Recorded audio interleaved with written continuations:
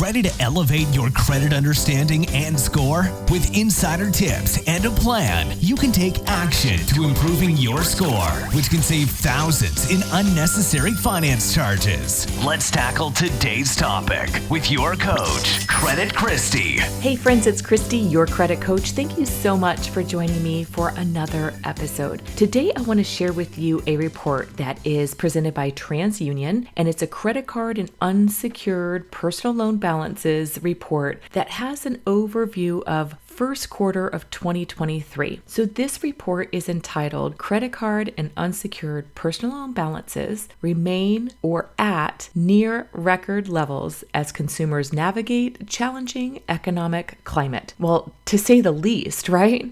So Q1 of 2023, TransUnion Credit Industry Insights Report shows some current trends, and I want to share that with you.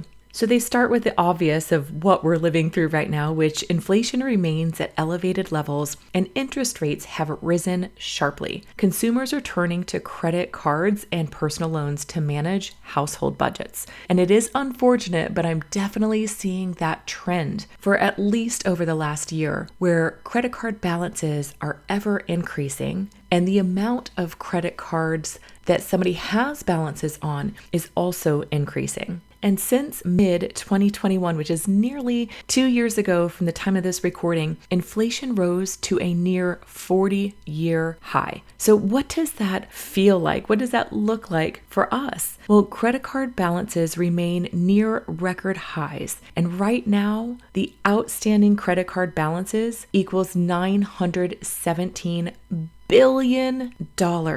So this is a year-over-year increase of almost 20%. So catch that for a second. Credit card balances that are outstanding right now have risen 20% in 1 year. And credit cards typically experience a seasonal drop in the first quarter of each year because a lot of people had been out the last quarter of the year shopping for like holiday gifts and all of the holiday spending, and then typically pay back a lot of those balances that are outstanding, either from their savings, their income, or from an IRS tax refund. So the average balance per consumer remains elevated compared to the previous year with a 14.4% year-over-year growth. So what they were showing was the average credit card balance in first quarter of 2022 was $5,010. But in first quarter of 2023, it was $5,733. So this is an increase of nearly 15% per average consumer. So in layman terms, not only are we carrying forward credit card balances that can't be paid in full, but that balance that we're carrying forward is increasing. So let's switch over now to unsecured loans. They hit record highs, meaning never in our past history have we had the kind of balances on unsecured loans as we do right now.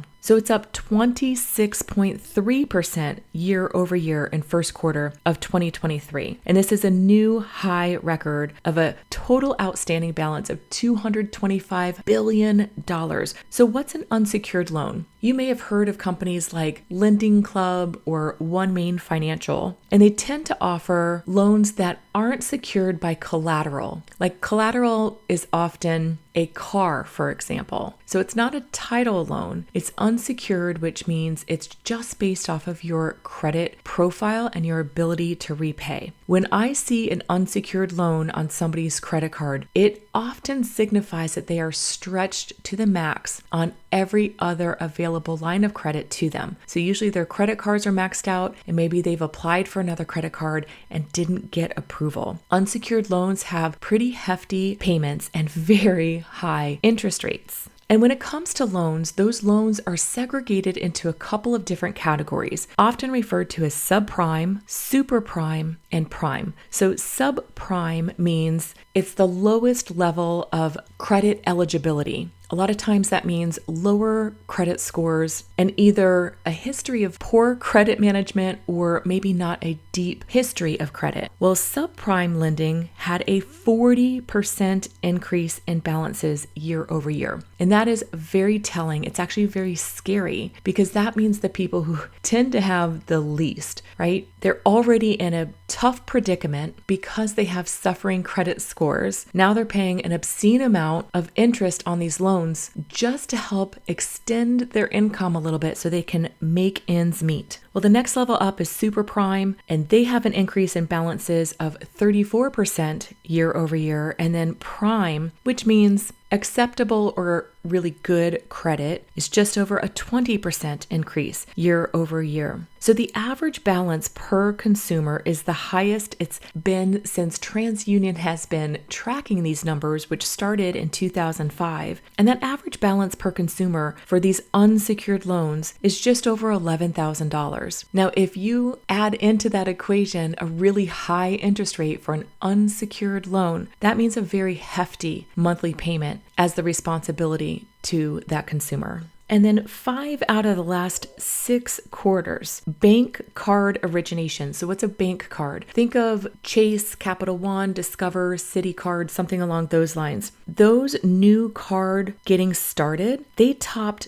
20 million credit cards per quarter. Again, 5 out of the last 6 quarters, 20 million or more new bank issued credit cards were opened. So what I expect to see is a decline in some of these credit cards, and especially the subprime unsecured personal loans, as I really believe because those balances and the amount that have been granted keeps rising as we get nearer to being in a recession, we're really going to start seeing lenders tighten their lending criteria. Because if they aren't experiencing delinquencies yet, they're likely going to. So what does that mean? If you can no longer pay your bills, you can no longer make that monthly payment, that could become a delinquency. So the way I break this down in my mind is it's a little scary how many new credit cards are being not only opened, but really used, and some of them used to the max. I'm seeing a trend on credit reports that I'm looking at with multiple credit cards all carrying a balance close or at their limit. I see a lot of people turning to unsecured personal loans with very hefty interest rates and very big payments, just trying to extend their ability to keep current on their bills more and more. And at the time of this recording, the debt ceiling limit has just been raised, and now student loan repayment is going to go back into effect. So add in that monthly payment to the already stretched budgets, and I'm just not sure how long we can sustain. So if you feel stretched, you are not alone. But the bigger picture here is, where do we go from here? What happens next?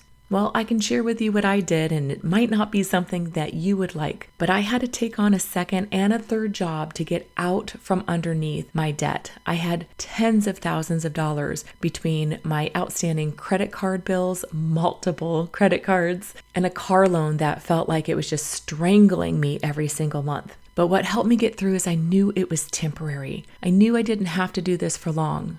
But I also knew I had to get out from paying 20-something% APR on those credit cards, or it was going to take me down. And I promise you, when you get out from that monthly obligation of just servicing those monthly payments, it feels so good on the other side. You could also call your credit card companies and see if they can give you a little reprieve. Can they temporarily reduce the interest rate? Can they give you a couple of months of forbearance if you were to lose your income stream, your job, something along those lines? But do be in communication with your creditors if you're facing some hard choices. Don't just ignore it, and don't just be late. It will slaughter your credit and put you in a really tough place. Well, I'm here for you. So if you have any questions, reach out. Send me an email at questions@creditchristie.com. And until next time, my friends, stay well.